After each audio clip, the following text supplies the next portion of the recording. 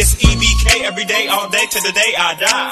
It's E.B.K, E.B.K, E.B.K. What's good, gente? It's E.B.K every day, all day, to the day I die. It's E.B.K, E.B.K, E.B.K. It's your boy Conejo.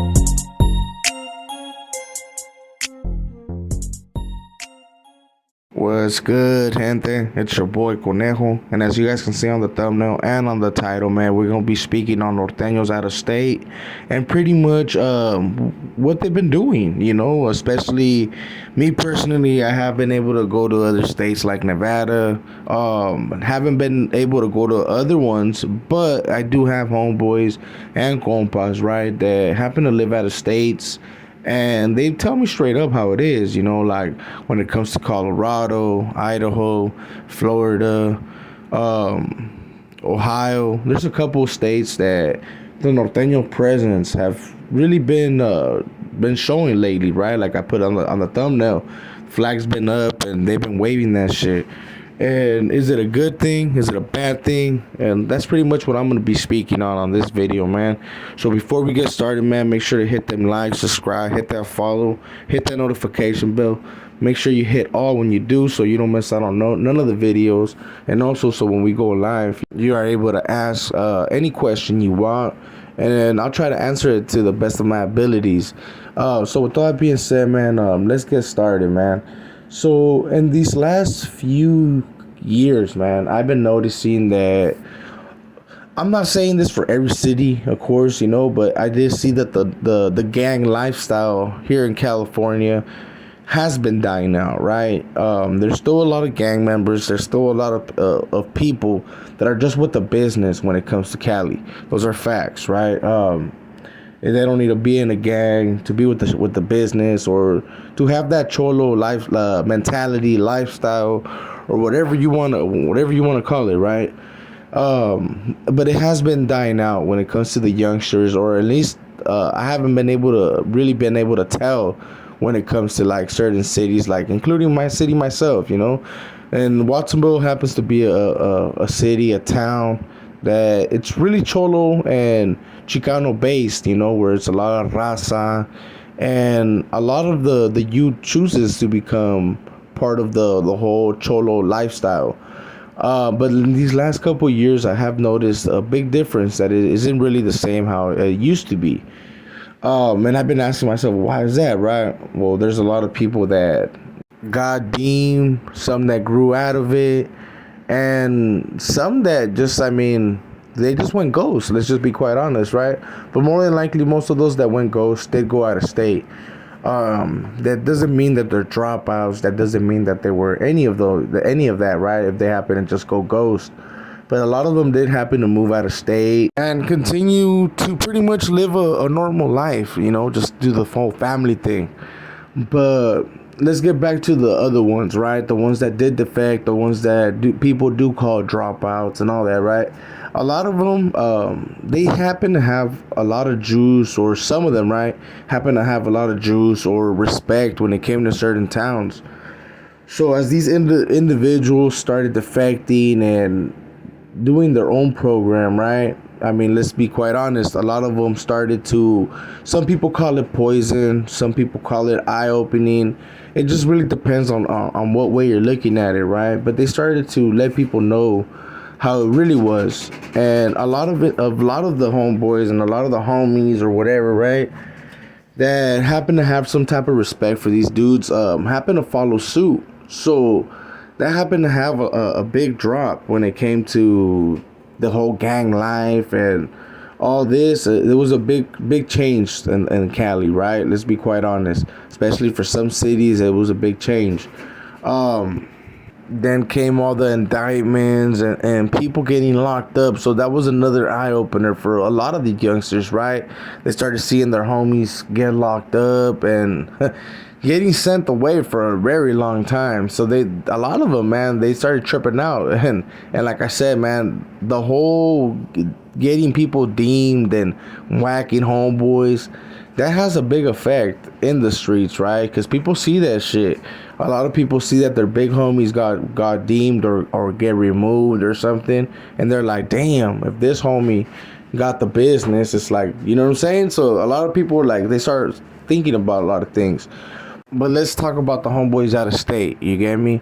So by the Nuestra Familia getting broken up, you know, when the whole federal thing happened to them, the whole Black Widow, and a lot of them ended up going to the whole federal prison and having to reestablish over there in the feds, right?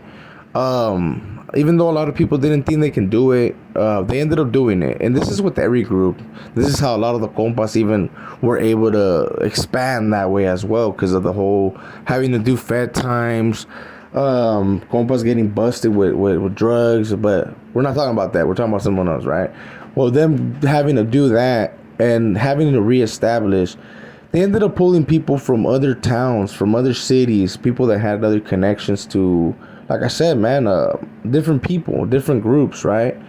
They ended up embracing and pulling people, and with other members that were from Cali, right? That ended up moving in these last couple years because of rent, or just because they were some were just because they were part of the whole federal branch, you know what I'm saying, and they want to get involved with the whole state and feds here in California. That happened to move, right, to be able to help their big homies, right, while they're locked up.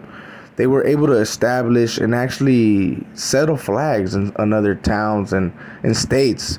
I could say it for myself, like when I went to Reno this last time, it wasn't like these other couple times that I have gone. You know, it's been a minute since I was there, a couple months to be quite honest. And even though I always seen some Norteño presence when it came to the casinos and stuff like that, but I mean, it's typical to see people in the casinos. You know, like, hey, it is what it is. People are there to spend, have a good time, or do business. You know, but these last couple, this last time that I did go, I noticed that there was a big change.